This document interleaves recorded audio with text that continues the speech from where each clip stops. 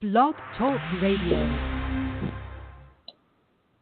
Mi chiamo Afurakanu, Afuraitkaitnut, Neye AMANSEM da, Medinde Ujirafo, Kwesi Radnambata Akan, Akpamumana Maruka Etipi Mu Ojirafo, Ojiramai Mu. Greetings to all Afurakani, Afuraitkaitnit people, meaning Africans, Black people. Today is AMANSEM Day, Affairs of the Nation Day. My name is Ojirafo, Kwesi Radnambata Akan. Nation in North America within Ojiraman, the purified nation Afurakani, Afuraitkaitnit people in the Western Hemisphere. Yet I say we thank you once again for tuning into the broadcast. We are opening up the chat room right now. If you have any questions or comments and you would like to interact in the chat room, you must log in as a user in order to interact in the chat room. If you don't have a username, you can sign up for one quickly in Blog Talk so you can interact. If you have any questions or comments on the phone line, simply hit the number 1 so that we can see that your hand is raised and we can interact with you there. We're going to place links in the chat room right now to the AKYISAN page on the website. And for those who are not in the chat room, it's ojirafo.com/AKYISAN, AKYISAN.html. And then we're also going to place the link to our fundraising piece for our documentary film. So for those who are new to the broadcast, we typically have 4 broadcasts on a weekly basis. We did not broadcast this past month of February, but we're getting back on the broadcast now. We took a short break because of a lot of the activity going on with regard to preparing for the AKYISAN conference, which is this Sunday, March 12th, here in Washington, D.C., from 11 a.m. to 7 p.m. So we've been preparing for that, preparing the journal for that, which we will be talking about, also preparing for and working on and developing our upcoming documentary film, which will be broadcast in February, but typically we have 4 broadcasts on a weekly basis. All of our broadcast archives can be found on this channel, blogtalkradio.com/Ojirafo. We have 272 broadcast archives to date. All of them can be accessed at any time on the Blog Talk channel. Many of those broadcasts also we have uploaded to our Ojirafo YouTube channel, so you can check them out there as well. Majority of them, but not all of them. So if you want all 272, you can come to the Blog Talk Radio channel. Probably about 150 or so have been uploaded to YouTube, and we're continuing that process. The 4 broadcasts we have on a weekly basis is Akan Nana, or our Ancestral Nana Song, Ancient Authentic Akan Ancestral Religion, which is on Joda Monday nights, dealing specifically with the Akan expression of Nana Song of Ancestral Religion. First and foremost, because we are Akan, and secondly, because of the misinformation which has been propagated by individuals in the Western Hemisphere regarding Akan ancestral religion, cosmology, and spirituality, and the nature of the Abosom, the deities, the Nananom Nsamanfo, the spiritually cultivated ancestresses and ancestors, and so forth, as well as the misinformation being propagated by those on the continent of Afuraitkaitnut, Africa, who have been infected with white culture over the past couple of 100 years, and therefore their infection, whether it's Christian or Islamic or white culture in general, that infection has seeped into their presentation of ancestral religion from an Akan perspective. And therefore the information we receive from those who are quote-unquote practitioners or involved in ancestral religion on the continent very often is an infected expression. So we deal with ancient, authentic Akan ancestral religion, dealing with actual boson, the actual divinities, the actual forces in nature, including the Akradin boson, the deities, the Abosom that govern the solar, lunar, and planetary bodies, which govern the 7-day week, and the Okra, the soul, the divinity in the head region of all Akan, males and females. But we deal with the actual deities, not ancestral spirits being passed off as deities fraudulently, such as Asujibi and Adari Kofi and Akonadi Abina and Tigre and so forth. These are not Amansom, they're not deities, and they are not Akan. They are Guan ancestral spirits being promoted very often as deities, which they are not. So we're dealing with ancient, authentic Akan ancestral religion, going all the way back to ancient Khanat, which is the title of Nubia. Our people migrated from ancient Khanat a couple of thousand years ago at the fall of ancient Kemet, migrated west, reestablished the Khanat Empire, or the quote-unquote Nubian Empire, called the Ghana Empire in the western part of the continent a couple of thousand years ago. About 1,000 years later, some of our people were forced to migrate. We migrated away from that region further south because of invasions and reestablished the Khanat or Akanat Empire near the forest belt, into the forest belt and savanna regions. And then hundreds of years after that, some of our people were taken from those regions and forced into North, Central, South America, the Caribbean, and Europe during the Mmusuo Kese, the Great Perversity, the Enslavement Era. But when we were forced into this region, we maintained our ancestral religion. The Akan religion is called Winti Suriname, amongst the Maroons in Suriname, South America. The Akan tradition is popularly called Obia in Jamaica. The Akan tradition is called Hoodoo in North America.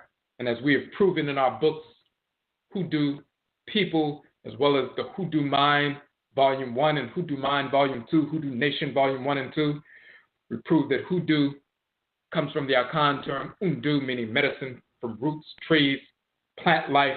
It also means to become heavy with the spirit. We also show that the term Kanche in Akan means to utter incantations to bring down the spirits. So we go into detail showing that the Akan religion is the religion in North America. So this is the kind of information we deal with on Akampo Nanasom. On Binada or Abinada Tuesday nights, we have Ojira, purification, where we deal with ancestral religion, Nanasom in general, not just the Akan expression, but no matter what form it takes, wherever we exist as Afurakani, Afuraitkaitnut people in the world. Ancestral religion, in essence, is the ritual incorporation of divine law and the ritual restoration of divine balance. That means through ritual, we incorporate those things, objects, deeds, and entities we need to incorporate in order to harmonize our thoughts, intentions, and actions with divine order. And through ritual, we reject those things, objects, deeds, and entities we need to reject in order to restore balance to our thoughts, intentions, and actions, and thus restore and realign ourselves with divine order. So the ritual incorporation of divine law and the ritual restoration of divine balance, these are the expansive and contractive poles of ancestral religion. We say that Ojira, or purification, operationalizes Nanasom, or purification operationalizes our practice of ancestral religion, ritually incorporating law and ritually restoring balance. And we engage that purificatory process so that we can align every thought, intention, and action with divine order every moment of every day. That is our culture as Afurakani, Afuraitkaitnut people.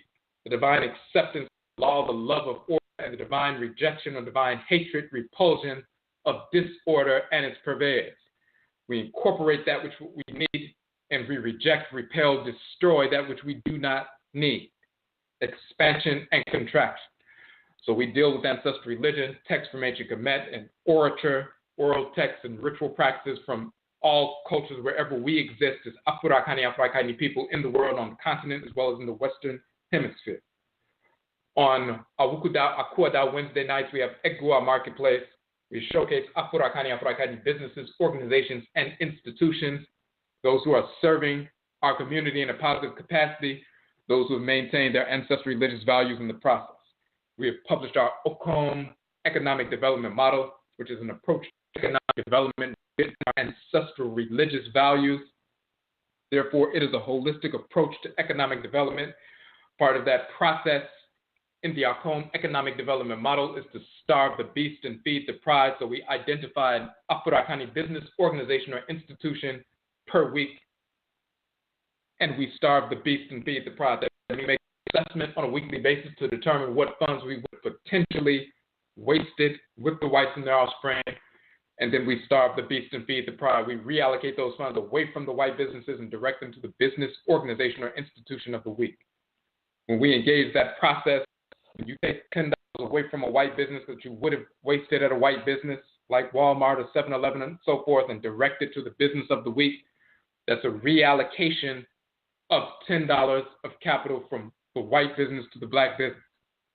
When 1,000 of our people engage that process, that's $10,000 reallocated away from a white business and directed to the business, organization, or institution of the week. When we target one per week for 52 weeks for optimal capital infusion. So when a $10,000 infusion capital goes to the coffers of a black business, organization, or institution in the course of 7 days, they are able to hire from our community immediately and permanently. They're able to expand their products and services to us. It's a win-win situation. If we do not engage that process, by default, we leave the $10,000 in the hands of the whites and their offspring, our enemies. And by default, we are financing our own oppression, literally. So we must starve the beast and feed the pride on a consistent basis. So this is what we deal with on our Egua Marketplace show. We have showcased business and institutions, the list of the various business owners, organizations and institution founders and so forth. You'll see on our Okom Economic Development Model page, you'll see the link to their broadcast where they sat with us for 2 hours to speak. And we're going to have more businesses, organizations, and institutions coming on our Egua Marketplace show in the near future. And then, of course, today is Yauda, also called Yada and Abada Thursday night. We have AMANSEM, which is Affairs of the Nation. The nation, the Oman, the term Oman in Akan means nation. Sem means affairs or issues and so forth. Mine also means a nation of polity in the language of ancient Kemet, because, of course, our language is derivative. And Oman, in the true sense, a nation is in the true sense a living, breathing entity governed by specific abosom divinities. Just like your organs are major entities and they give birth to children, which are the cells within the organs or organelles. They have their own functions as cells, but their functions are interdependent upon one another, and they also support the greater organ of which they are a component part. And that organ has its own energy as well. And we are naturally drawn to coalesce in a specific region of Asase Afur, mother, Afuraitkaitnit people. We're drawn together to a spot within a specific region. We blend ancestral blood circles in that specific region. We take in the plant life and mineral life of that specific region and experience the expression of the abosom, the orishas, the Voodoo, the Ntoru, the divinities, as they manifest in that specific region of the Earth Mother's body. We become possessed by these abosom, these orisha Voodoo in this region, and that transforms our blood, transforms our spirits and so forth. That new energy, that specific configuration of energy manifests in this region of the Earth Mother, and our blood circles in this region and our interfacing with the Earth Mother in this region causes us to forge a unique or locative identity. And we forge into an Oman, a nation, which is similar to but different than other Afurakani, Afuraitkaitnit nations around the world, based on the region of the Earth Mother that we are interfacing with, how we interface with her, and our blending of blood circles in this region and the manifestation of the abosom, the orisha in this region. So we have forged ourselves into an Oman. We call that nation or Oman in the Western Hemisphere, Ojira Mind, the purified Ojira Mind, nation, mind in the land of the setting sun, the West. Ojira means purification in Akan. Ojira means purification in ancient Kemet. Oman means nation in Akan. Mind means nation in ancient Kemet, but it also means land of the setting sun, the West. Ojira Mind is the purified Ojira mind, nation, mind in the land of the setting sun, the West, the Western Hemisphere. So we refer to ourselves as Ojira Mind, the purified nation, those who died and resurrected like Osar to restore their culture in the West. This is why Asar is called Kaniti Amintiu, the first of the Westerners. Resurrection and purification, mummification, making ourselves impervious to decay. So, Ojiraman, the purified nation, of course, Aset restored herself to the throne after the short rule of Set, restored herself in the West as well, and the sovereign rulers of the West are Asar and Aset. So this is why we are Ojiraman, the purified nation. So we deal with affairs of the nation, different issues that are affecting us as Afurakani, Afuraitkaitnit people in the Western Hemisphere, and a nationist approach to solving our problems. We deal with the nationism, or Amaniye, the purification of nationalism. The approach to nation building, rooted in our ancestral religious values, a holistic approach as opposed to a non-holistic, secular, amorphous nationalism that has been ineffective for over 100 years. So, of course, we have our book, Ojiraman Afashe, which we released at our Ojiraman Purified Nation of Afurakani, Afuraitkaitnit people in the West Conference. The first annual Ojiraman Conference was last June, and every June around the solstice we will have that Purified Nation Conference, Ojiraman Afashe. This conference, Awusida, Sunday, March 12th, is our second annual AKYISAN Conference. AKYISAN, Etchi means back, sign means return. AKYISAN means to return back. We're talking about reversion. Afurakani, Afuraitkaitnit, or African Ancestral Religious Reversion. Reverting back or returning to our original pristine state. The pact that we forged with Nyamewa, Nyame, great mother and great father, Amenet, Amen, Olokun, Olorun, Mawu and Lisa, Komosu and Chukwu, and so forth. When we were sent into the world, sent into first our mother's womb, we were assigned specific Abosom, Orisha, Voodoo, and so forth, and ushered into a specific ancestral blood circle with a patriclan and matriclan blood circle lineage with Abosom associated with these blood circles. That blending of energy, including the divinity that governs our head, forges us into an individual. And we come into the world and so forth. We return back to that original pact, the function we are designed to execute in creation. Restoring our ancestral religious practices, AKYISAN, reversion. We don't deal in conversion, transforming somebody into something unnaturally that otherwise they would not transform into. That's what fake religions engage in, pseudo-religious conversion. We engage in reversion, returning back to our original pristine state. We recognize the reality we've proven in our book, Kukutuntum, the Ancestral Jurisdiction, that Jesus, Yeshua, Abraham, Isaac, Ishmael, Solomon, Sheba, Menelik, Moses, Aaron, all of these characters are fictional cartoon characters who never existed of any race or in any form whatsoever. That is also true of Muhammad, Yahweh, Allah, Brahman, Buddha, the Devas and Devis, and so forth.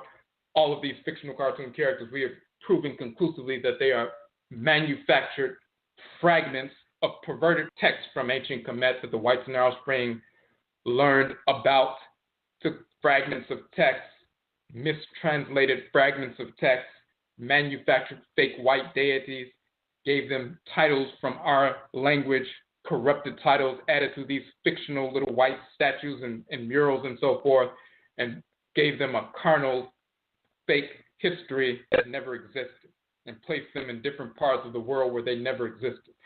So whether Jesus, Yeshua ben Pandera, all these fictional cartoon characters never existed.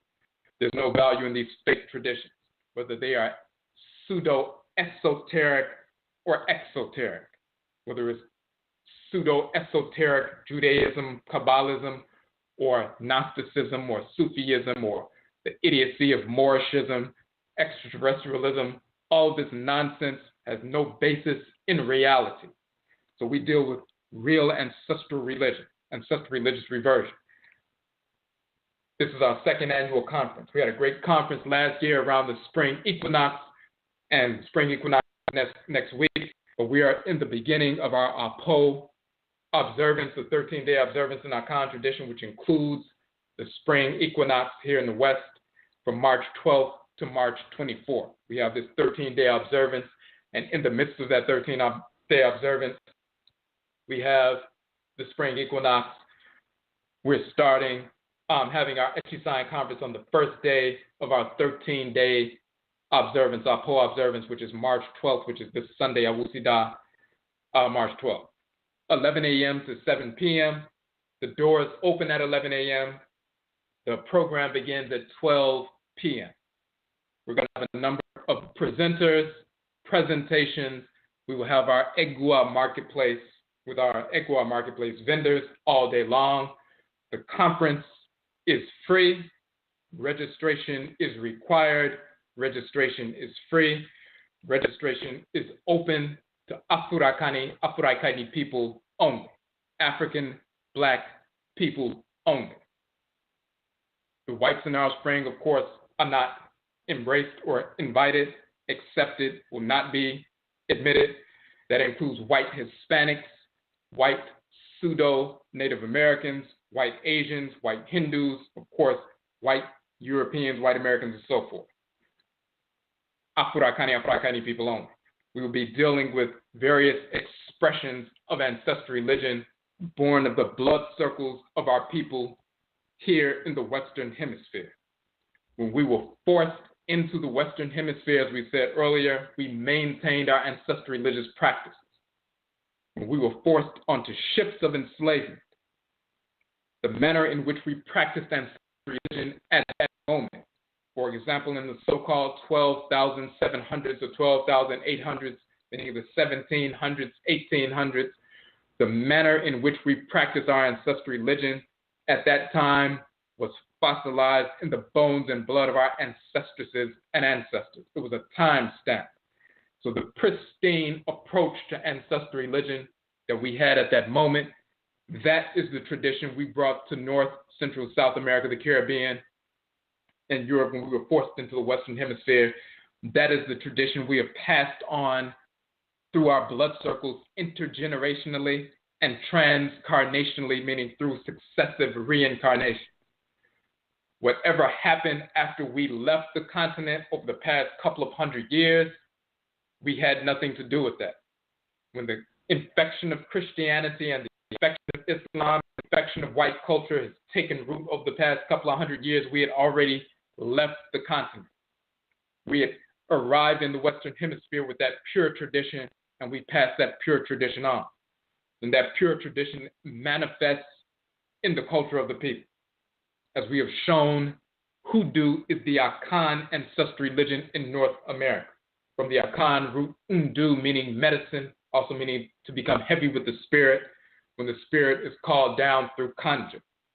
The term kanja, meaning to bring plantations to bring down the spirits, is also an Akan term, and it goes back to ancient Kemet.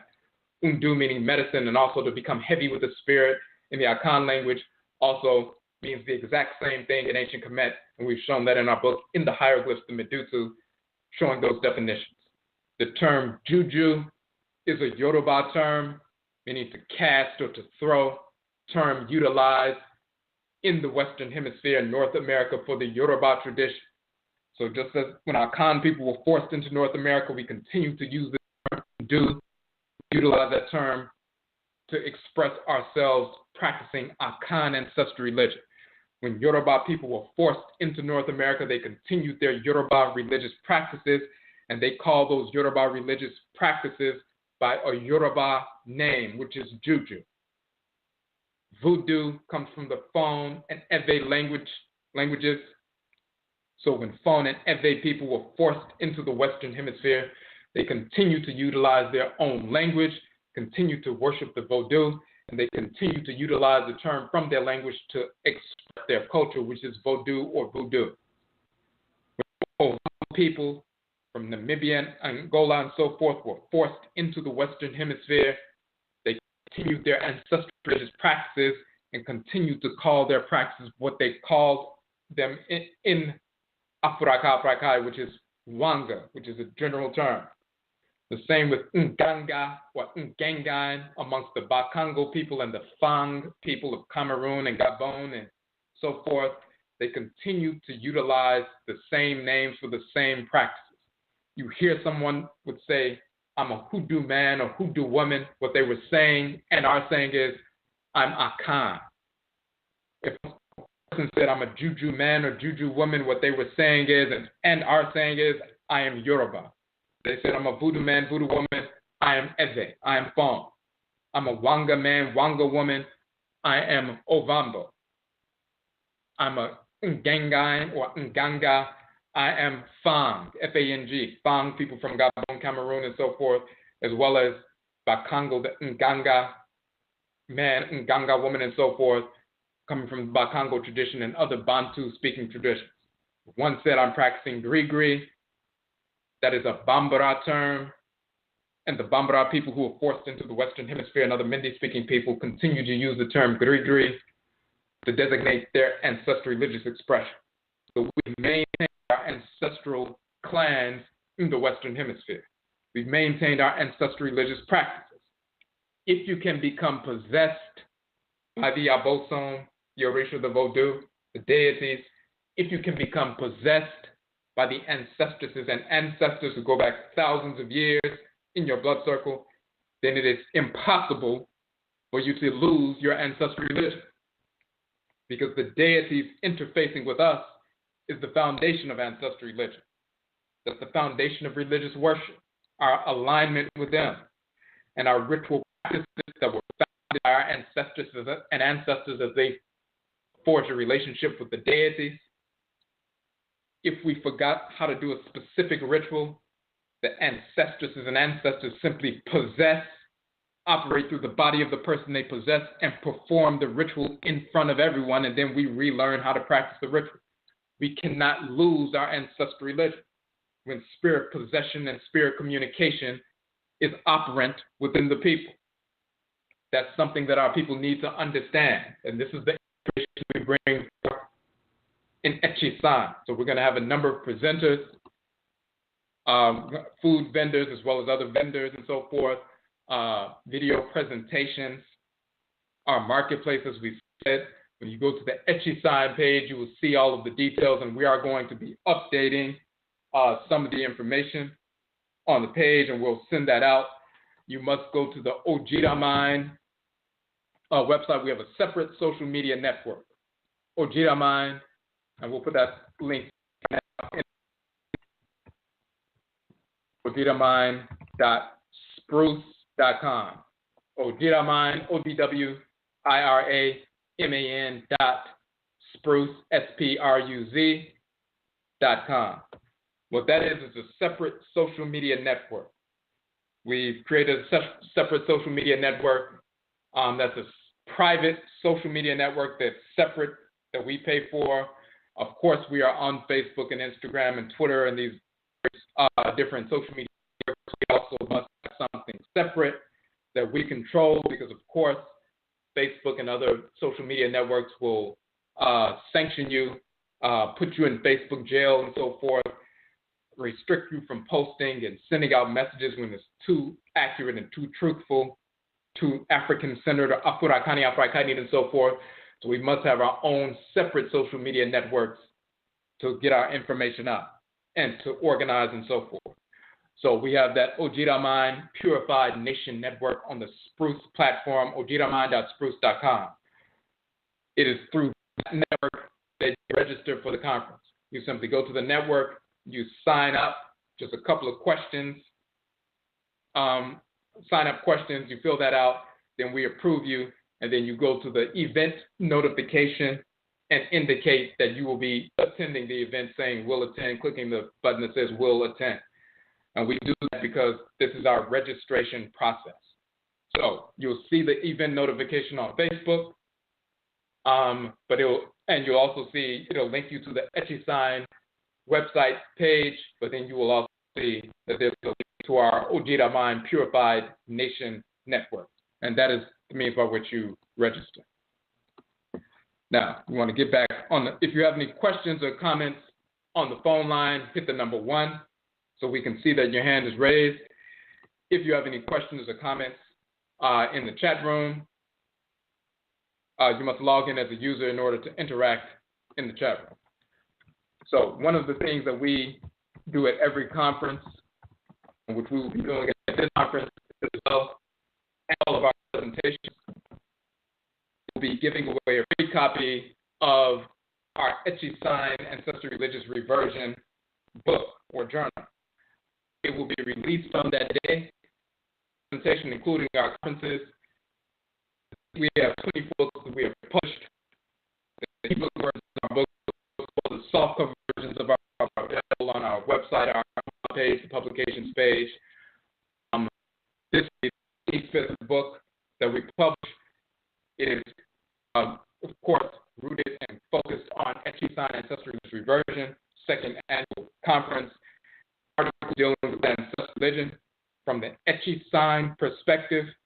Also, the list of the marketplace vendors in the journal, the information about the presenters and the video presentations, articles on ancestral religion, as well as a list of businesses, organizations, and institutions in the AKYISAN marketplace section. Businesses and institutions and organizations that will not be present, but who just took out ads in the journal. We will be giving away that journal on the day we will be releasing that. What we do at every presentation, including our conferences, whenever we have a presentation in any city,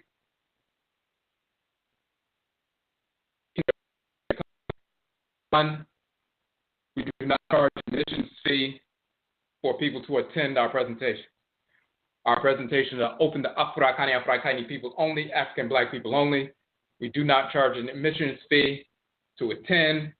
And in addition to that, we always give away a free copy of one of our books to everyone who attends. So you come to a free presentation.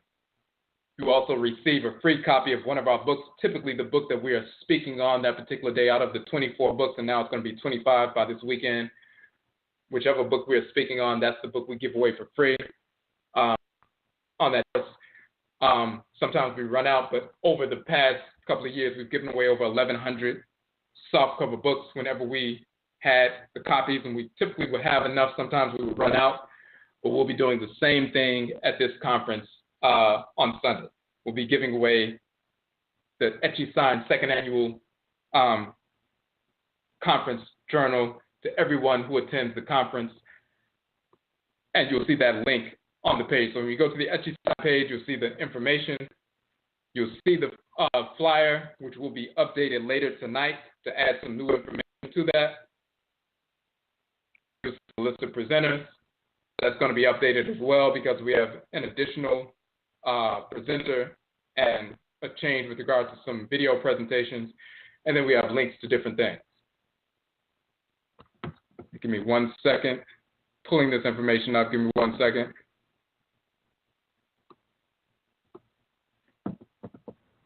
Okay. So when you go and you see the flyer on the website, we want to go through a specific section of the information.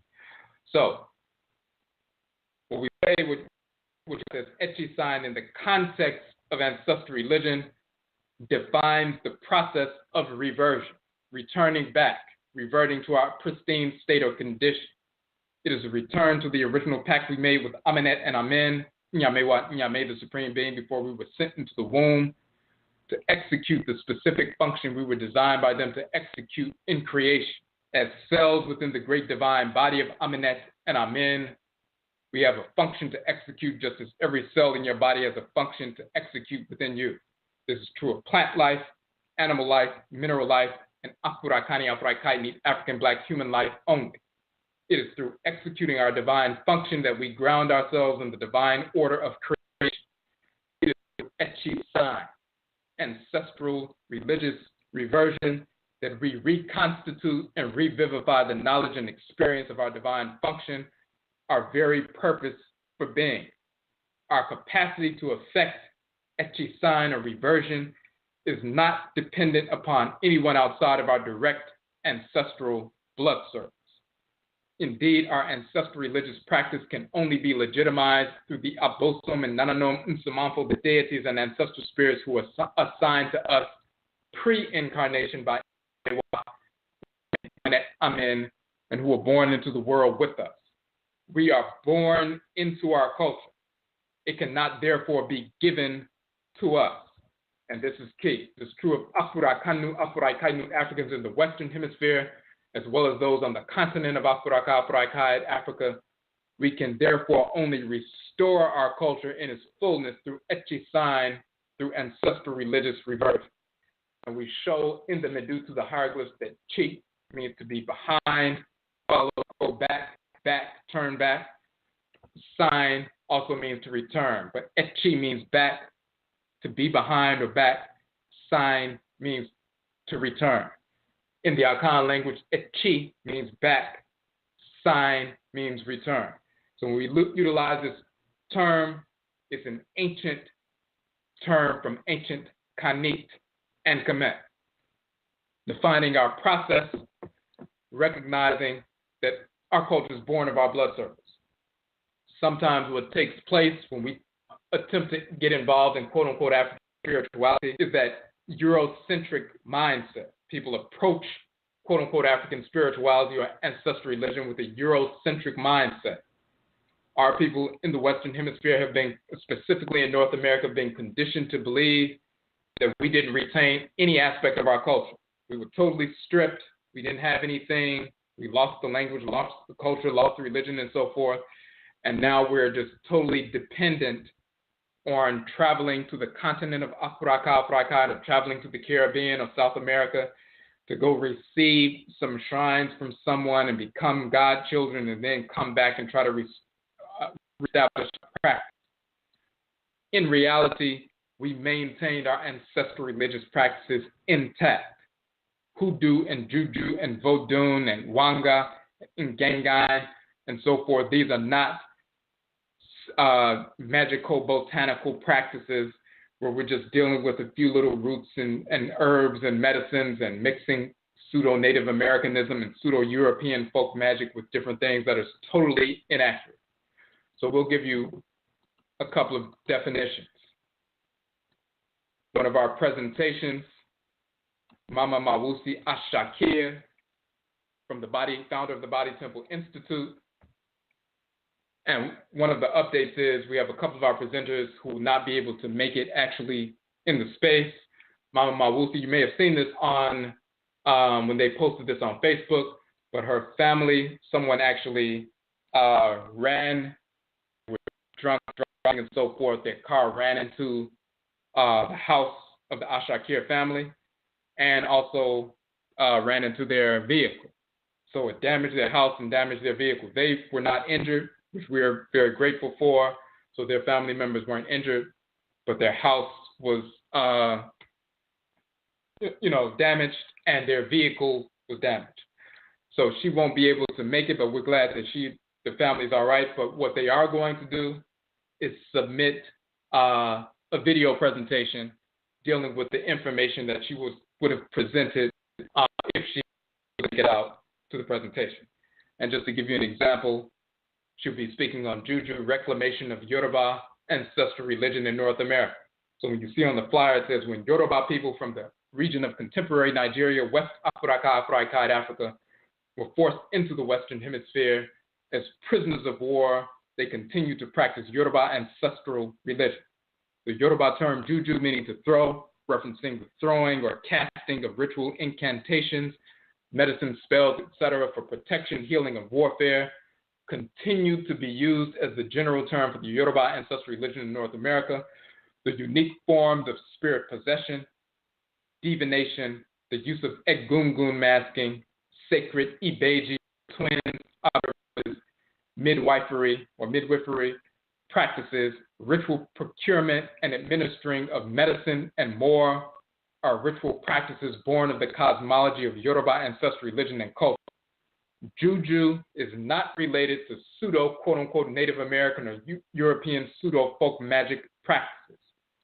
Juju is the Yoruba ancestral religion born of the blood circles of Yoruba people in North America, a comprehensive ancestral religion spanning thousands of years, which is passed down to us only via our spirit-genetic ancestresses and ancestors. The misdefining of the term Juju and its later use as a general term for any form of African religion in the southern United States is a recent phenomenon. so you can get an idea of the kind of presentation, and that specific video presentation will be showing that short film kind of presentation at the conference. We will be speaking on the Akan tradition, the Hoodoo tradition in North America. And what we say, of course, in the flyer, the Akan term, Undu, meaning medicine from roots, trees, plants, also meaning become heavy with the spirit. That's the general term. It is an Akan term. It's the general term also for the Akan ancestral religion in North America. Undu, which is the Akwamu Akan pronunciation for the term medicine. For example, the Asante, in the Asante Akan dialect is Nduru, but in the Akwamu Akan dialect, it's Undu. And this is where we get the term Hoodoo from. But we go further. The terms Undu in Akan, which is Hoodoo, the Akan term Kanche, which became corrupted into Kanje and later in English. The Akan term Moja, dealing with blood and ritual practice, becoming corrupted into Mo. Here, the terms Eja and Ejapade became Eja, became Ja, and Jak, or Jak Ball, or Jack Ball, which is a ritual medicine, amuletic practice and talismanic practice dealing with the medicine and ritual practice in Hoodoo. The term Hintin in Akan became Haint in Hoodoo.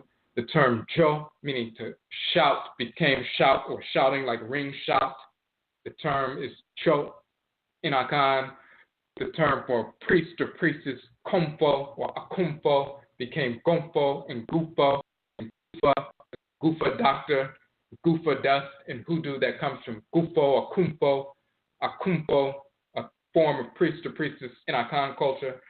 All of these terms, Undu, Kanche, Moja, Etja, Hintin, Jo, and Kumfo became Hoodoo, Conjure, Mojo, Jakbal, Haint, Shout, and Gufa, and so forth in the southern United States. All of these and others are all Akan terms, born of the cosmology of Akan ancestral religion and culture. The ritual practices and cosmological knowledge expressed through these terms are proof of this reality. Hoodoo is not a magical botanical art mixed with European and pseudo-Native American practices. Hoodoo is the Akan ancestral religion born of the blood circles of Akan people in North America, a comprehensive ancestral religion spanning thousands of years, which is passed down to us only via our spirit genetic ancestresses and ancestors. And again, the misdefining of the term Hoodoo and its later use as a general term for any form of African religion in the southern United States is a recent phenomenon. We'll be dealing with that. We'll be dealing with the Akradin Bosom, the deities that govern the solar, lunar, and planetary bodies, which govern the 7-day week, but which also govern the Okra, the soul, the deity that dwells in the head region of Akan, males and females. We'll be dealing with that, rooted in our book series, Akradin Bosom. And so we'll be that information. So that's just a snapshot of the kind of things we will be dealing with. We're going to have vendors selling handmade products, natural soaps and hair care products, and handcrafted jewelry. The brother Kep Heru Tamu with Immortal Art Studios, who many of you have seen online on Facebook, crafting those sacred bracelets and necklaces and everything else. He will be there once again. We just brought on Nakia's Peace, Life of Peace, or Peaceful Life. There'll be organic food, vegan food, and so forth. We're going to have a number of different vendors with handcrafted products, whether it's clothing, traditional clothing, bed, bath, and body products, jewelry, a number of different things. So we're going to be posting the list of the Egua Marketplace vendors later tonight on the website, updating the flyer and so forth. And we'll also be putting that information out, sending out on Facebook and our different platforms. One of the important ritual processes that will take place When we begin the process, we start off with Shue, which is libation, at our Nsamainkombre, our ancestral shrine, that will be established right there in the space. And we sent out this notification. You will see this in the flyer. There's an image of the Undu Akuaba, as we call it, a Hoodoo Akuaba. The term Akuaba is often translated as a fertility doll. So when popularly you will see the fertility dolls, the Akuaba dolls from Ghana with the large ovular shaped heads and the two arms sticking out looking exactly like an ankh, because that's the manifestation of the ankh, in Akan culture.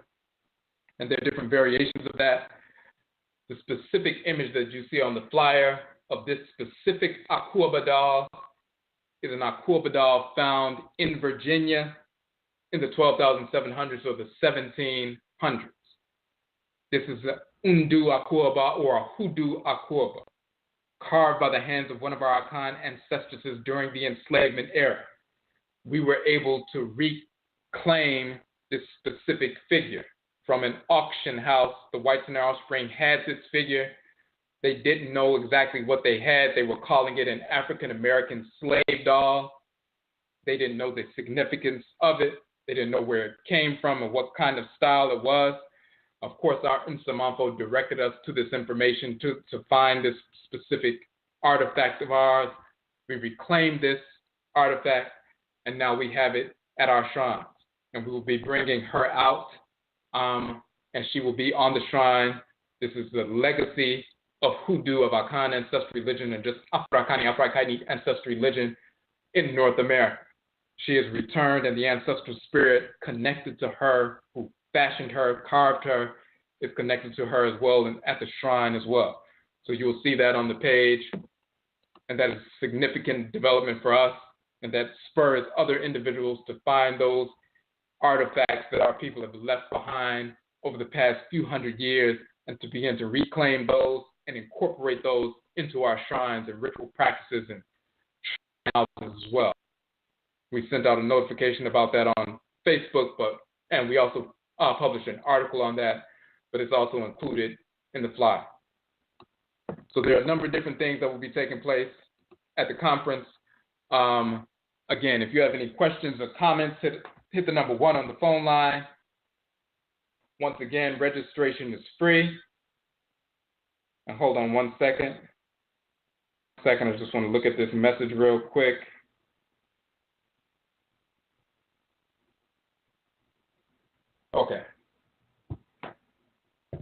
Okay, so the information, registration is free. You must go through the ojiramine.spruce.com link on the website to register. Once you go to that link and you sign up, we will approve you, and then you can simply go to the event notification and click "Will attend." That is the registration process. You'll see that on the link section.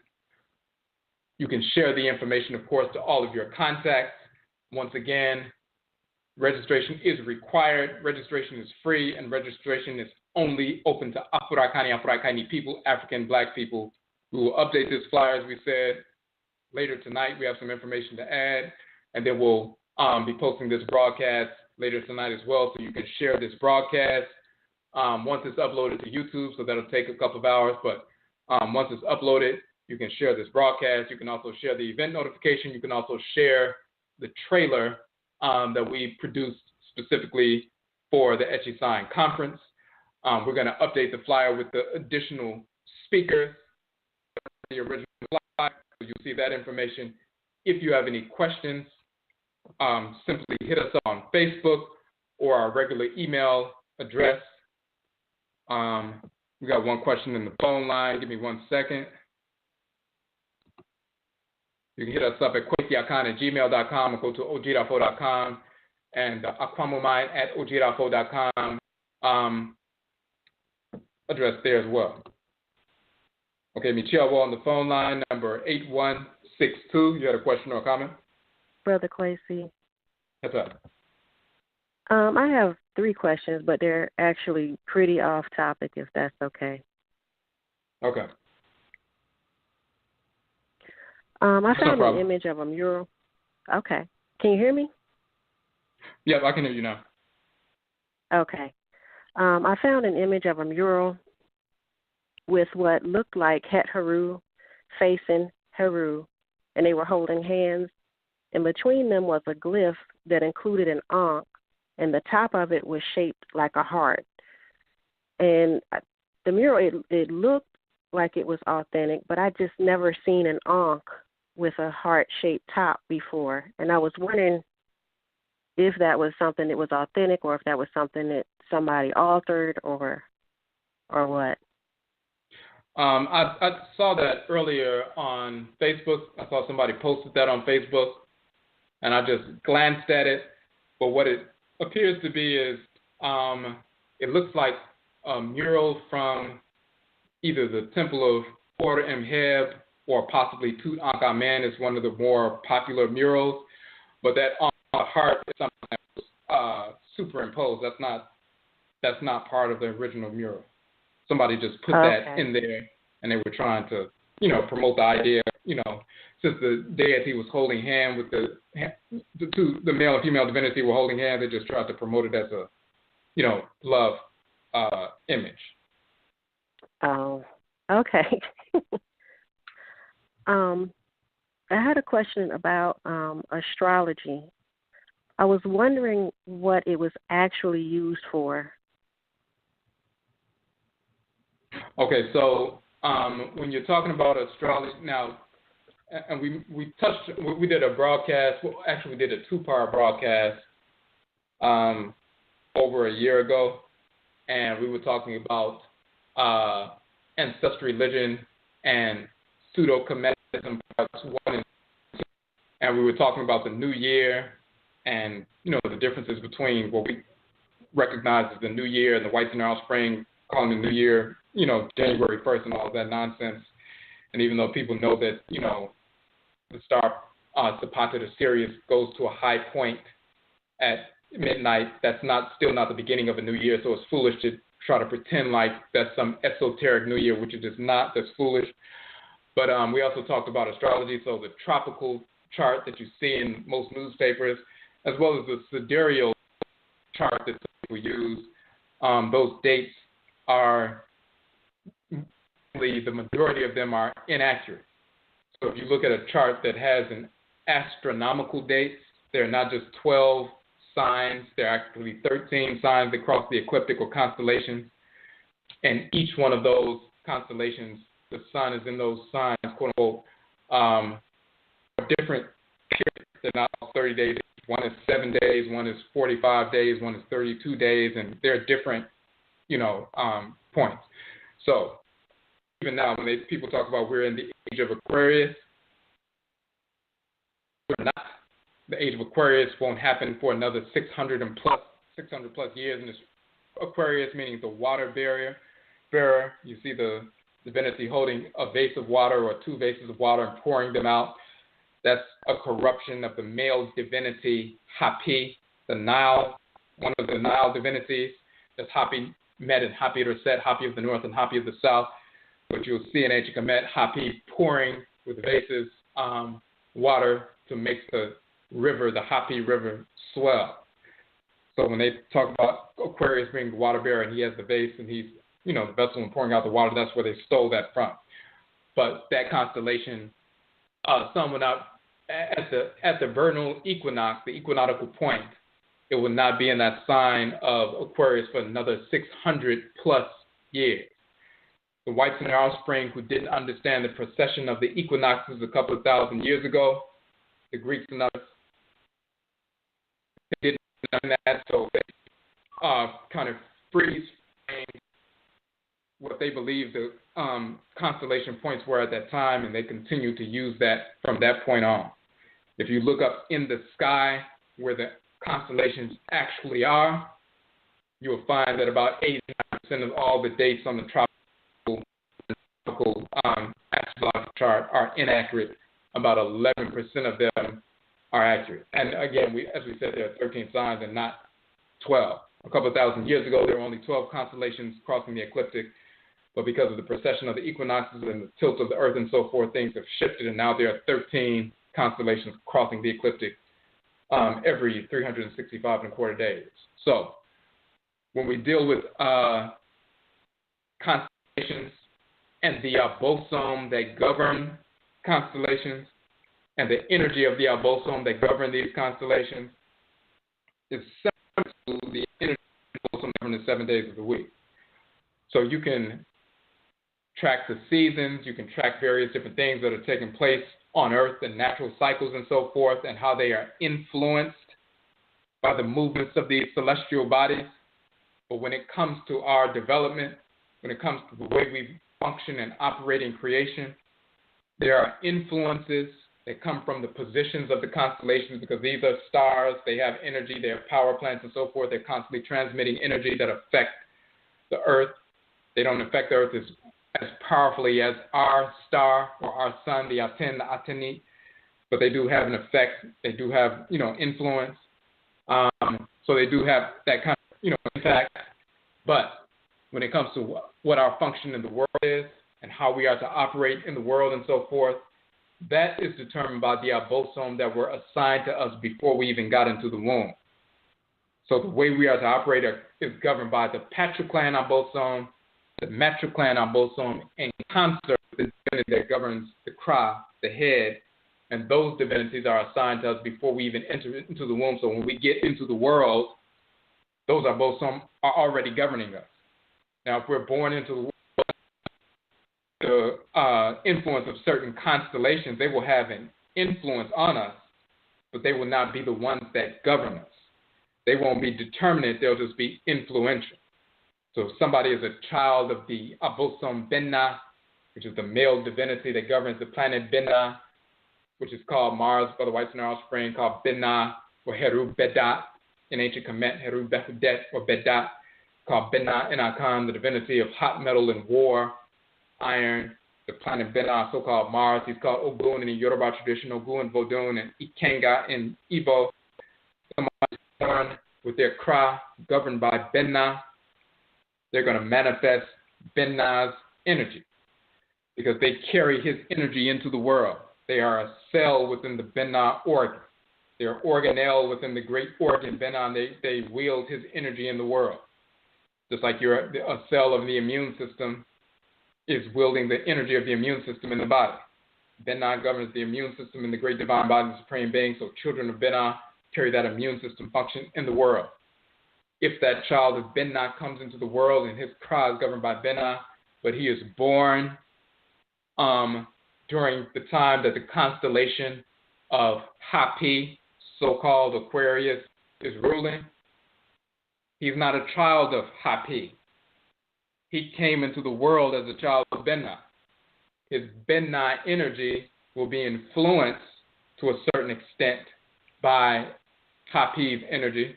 So the way it's filtered out will show that kind of influence. But first and foremost, he's a child of the fiery divinity Benna. So that's his charge. And it's the same thing with other divinities. You have the deity that governs your head, that's influenced by the patriclan and matriclan divinities of your ancestral clans, male and female clans, fathers and mothers clans. But then there are slight influences or nuanced, expressions based on where the sun and the moon, are positioned when you're born into the world. So they are influential, but they're not determined. Does that make sense? It makes sense, but I still get confused with what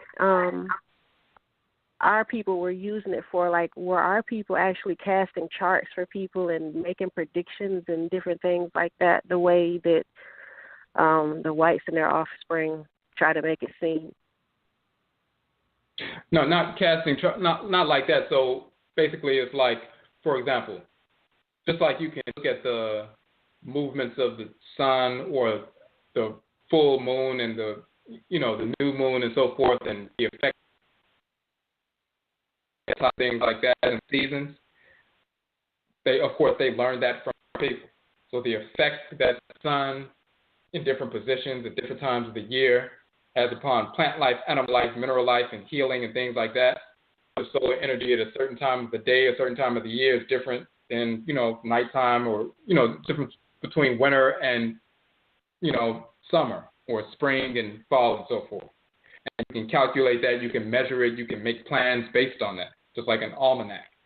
The same thing with the moon, going from new moon to, crescent and half moon and three-quarter moon and full and so forth, the magnetic effects upon your blood pressure and a number of different things physiologically, as well as influencing, pushing, or nudging people in certain ways.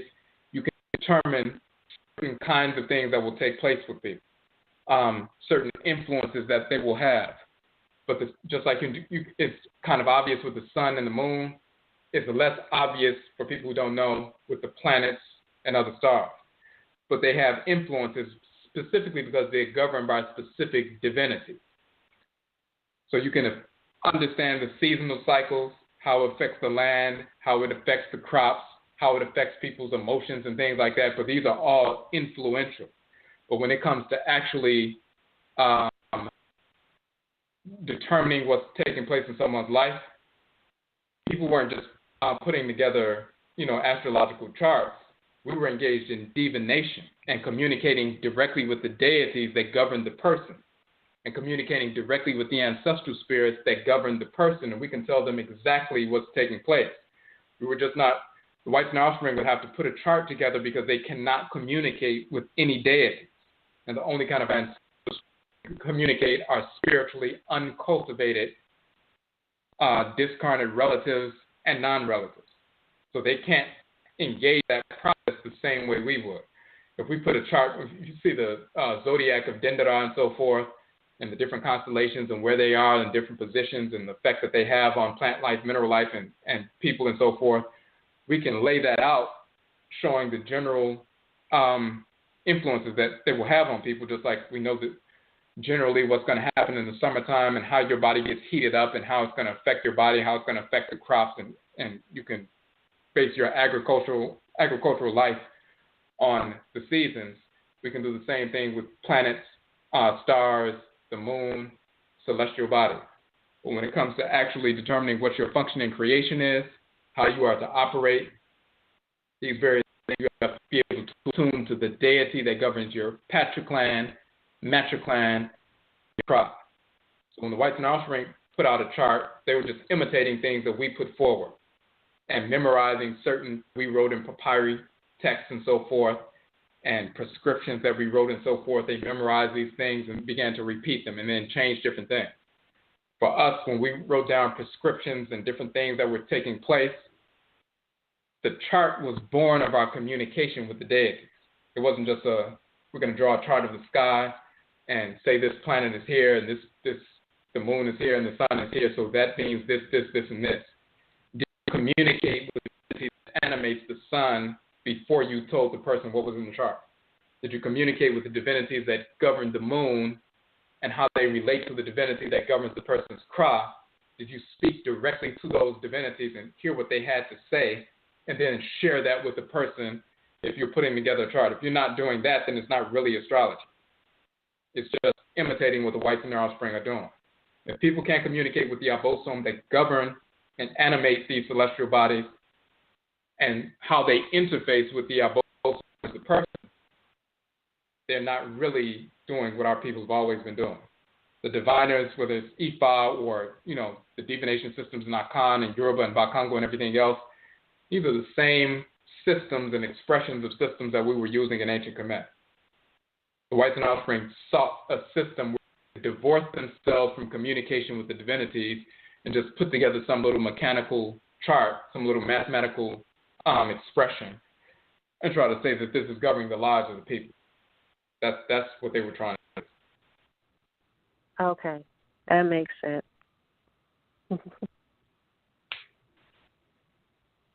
Okay, I had one other question if you had time. No problem. How do we heal from self-esteem issues stemming from the damage of so-called white beauty standards?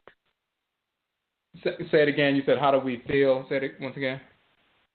how do we heal from self-esteem issues stemming from the damage of so-called white beauty standards? Oh, you said how do we heal from that psychological damage? So you're talking about people who have totally been immersed in that for years, and they still hold on because it's not only dealing with males, but also females, but also males who are trying to push females into a Eurocentric, quote-unquote, beauty standard. The first thing is accurate information. When people have accurate information and see why, politically why the whites and offspring will put forward this foolish notion that white not only is superior, even just putting forth the foolish notion that white skin can be beautiful, which of course it cannot. It's a manifestation of degeneration. So if you have white skin, that means there's melanin deficiency. That's a manifestation of deficiency. Something has become degraded. Something that's degraded is disordered. Disorder is ugly. Order is beauty. So it's just a manifestation of order. It's a revelation of, harmony. Harmony is a manifestation of order. So if something is expressing divine order, proper place in time and so forth, then it's manifesting harmony and revealing beauty. If it's disordered, then it's manifesting disorder, which is ugly, which is discordant. So the idea that white skin or blonde hair or straight hair and so forth could possibly be beautiful is insane just on the face of it. The whites and offspring had to put forward foolish definitions, as well as their facial features and body types. Their facial features and their body type is a manifestation of disease, disorder, perversity. It's impossible for the body of a white person or an Asian or the skin or their hair or their features to be beautiful. By definition, it's perverse. So first you have proper information that, destroys that misinformation, and of course the politics behind why they will put forward that notion to control the minds of our people. Then the key is, of course, to align with your own cry, the divinity that governs your, head, what your function in creation is. When you align with your own cry, you repel disordered entities, but not only that, disordered thoughts, intentions, and actions. That includes anything that was previous conditionings, misinformation, misguided emotions, and so forth. When you align with the force that governs order, you repel disorder at the same time. So on one hand, proper information being given, which destroys all of this misinformation and gives proper definitions of what beauty actually is and properly defines what ugly actually is. And then there's no, even just intellectually, some people, even before they get to the spiritual piece, just intellectually they understand in detail why it's insane to ever even approach the notion that white skin, hair, features, body types could possibly manifest beauty on any level, which they cannot. And then spiritually, when you align with your own cry, you're constantly aligning with the force of divine order that governs you. And when you're aligning with the force that governs order within you, then you're repelling disorder, including disordered ideas, conditioning, habits, and so forth.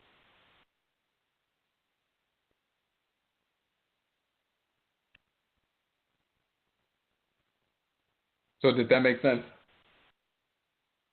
It makes sense.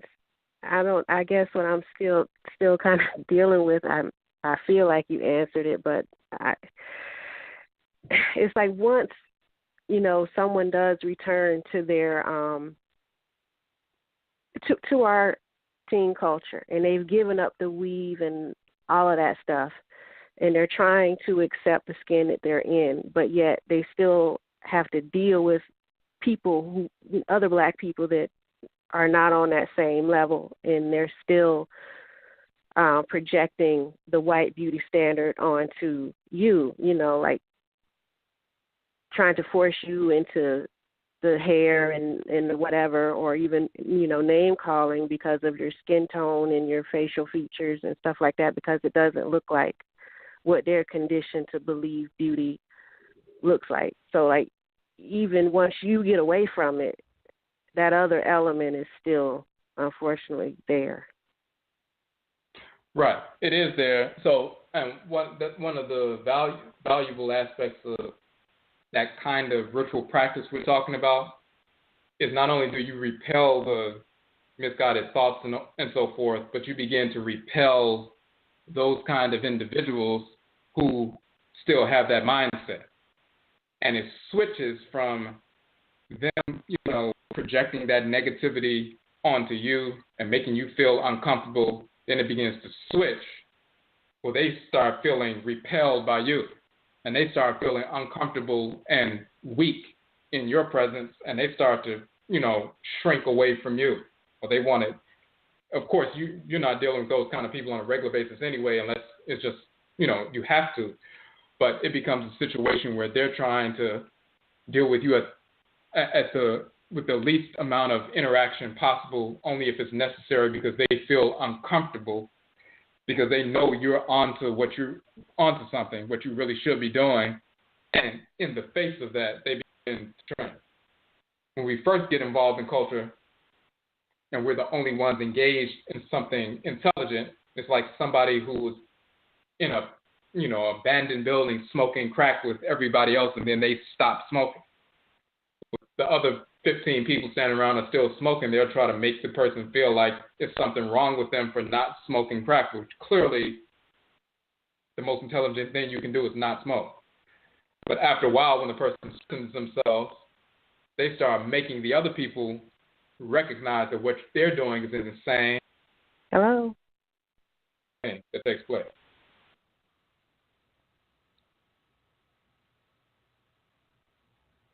No, you said what? I heard you say something. I don't know what just happened, but it was like your voice cut out and I couldn't hear anything else, and I thought maybe the call dropped. I was saying hello. Oh, so what was the last thing you heard me say? You were talking about after a while, the person that has stopped smoking crack are making the other people around them that are still doing it feel uncomfortable. Exactly. So they start feeling pressure. In fact, they feel it's oppressive for them to be around the person who's grounded. That even happens in work situations. You'll find that, at first somebody's at work and they're, starting to learn some things, and then they really get involved in their own culture. They'll change their name legally. Now all the crackers at work have to call you by your new legal name, which is an ancestral name and so forth. And the black people have to do that. Now, at first they're ridiculing it, but at some point it becomes oppressive to them. When you're in their presence, they want to back away from it. Because of course, the black people are shrinking away because they know deep down inside that they should be doing the same thing. And the more you're grounded, the more their insurmountable put pressure on them. And sometimes they'll manifest that outwardly as trying to step up their ridicule of you, but then they start shrinking back from that because you're grounded in what you're doing. And then the crackers, the Achiwadipo, the spirits of disorder, the whites and their offspring, when they see how really grounded you are, and you manifest that divine law of love for yourself and that natural divine hate and repulsion for them, they can feel that and they start getting out of your way, and they will only interact with you when they absolutely must interact. And outside of that, they won't have anything to do with you. It's perfectly fine because that's the way you want. So you start repelling the enemy, and you start repelling these clowns, and you start drawing other people in your orbit, people who are, steeped in misinformation, and they're trying to make excuses for continuing to engage in self-destructive activity and self-destructive behavior. They need to be cut off anyway. They serve no purpose. When they're ready to get back to normal, then there's a pathway for them to do so. Just like somebody, hooked on drugs and so forth, you give them that pathway to get off, but they have to make the decision at the point that they would like to get off the drugs. If they're an adult, they have to make that decision. You can't force them, per se, to get off. But the more that you engage in proper, conduct and so forth, you become, in the sense of men, you start drawing them into your orbit, but then they're trying to resist it. So it creates a dilemma for them energetically because it's a repulsion. They're drawn to what you're doing, but they're still trying to hold on to what they're doing. So there's a tug of war, but that's happening within themselves. You can give them that pathway and show them the gateway, but then you deal with the people on the basis who are the same frequency that you are, and the people are dead set on remaining in disorder, then they need to be cut off, just like cancerous cells that, have moved into a position where they're cancerous and they're seeking to destroy the other cells. They need to be cut off and separated.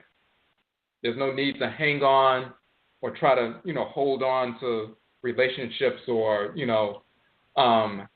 interactions with people who just decide they're going to be clowns no matter what, and they're going to continue to make excuses, even though deep down inside they know what they're doing is self-destructive, but they're not mature enough to move forward.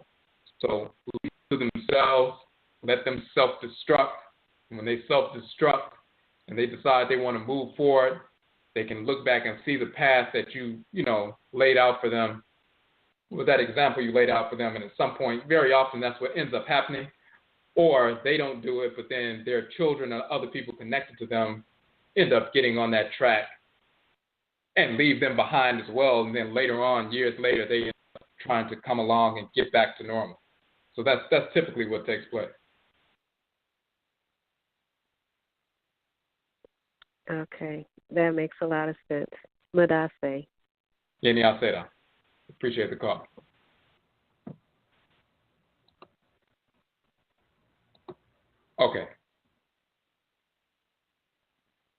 Okay, so it's 10:47, so we're going to end the broadcast here. We just wanted to update everyone, let everyone know that the conference is coming up, of course, this Sunday, March 12th, 11 a.m. to 7 p.m., Washington, D.C., AKYISAN, Ancestral Religious Reversion. We will be updating the flyer, so look for the updates tonight and into tomorrow morning, and also we'll be putting this broadcast up, more information so that people who are unaware of the conference, they can listen to the broadcast and learn about the separate social media network that they need to log into to register for the conference for free, all that information. So you can send that out. You can send out the new broadcast when it's up. When it's posted, we'll let you know. By the time that one is posted, we'll also post the new updated flyer, so you can send that around. And the event notification on Facebook, we have a couple of them. You can continue to send those out. The final piece is we posted a link to our fundraiser for our Amarukafo Adebisa Ajumade African American Ancestral Divination Project documentary film. We're working on that film. We plan to begin the first filming segments this month. After the conference is done, then later in March, we will start the first filming segments. We're still raising funds for that, trying to get to that. Once we get to the 20% mark of our fundraising goal, we're at about 10% right now, then we'll have enough to begin the filming process. The funding is for, of course, the kind of professional cameras for documentary films, as well as the traveling. We have to travel to New Orleans, Cincinnati, Miami, North Carolina, Chicago, different places where the seats of ancestral religion are still maintained. And of course, it's about divination that is maintained in our families, our blood circles. So the different individuals who are in the film, Voodoo Queen Kalinda Laveau out of New Orleans, Mama Mawusi Akir out of Cincinnati, Rakit Kajara Niya Nebethet, who's the founderess of Ra Seki, Kemetic Reiki. She's in North Carolina.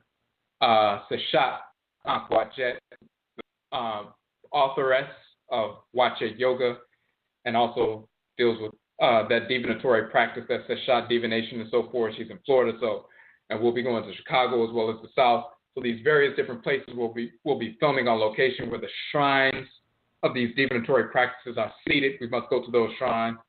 So that's what the funding is for. Once we get to the 20% mark, we'll be able to begin that process of filming.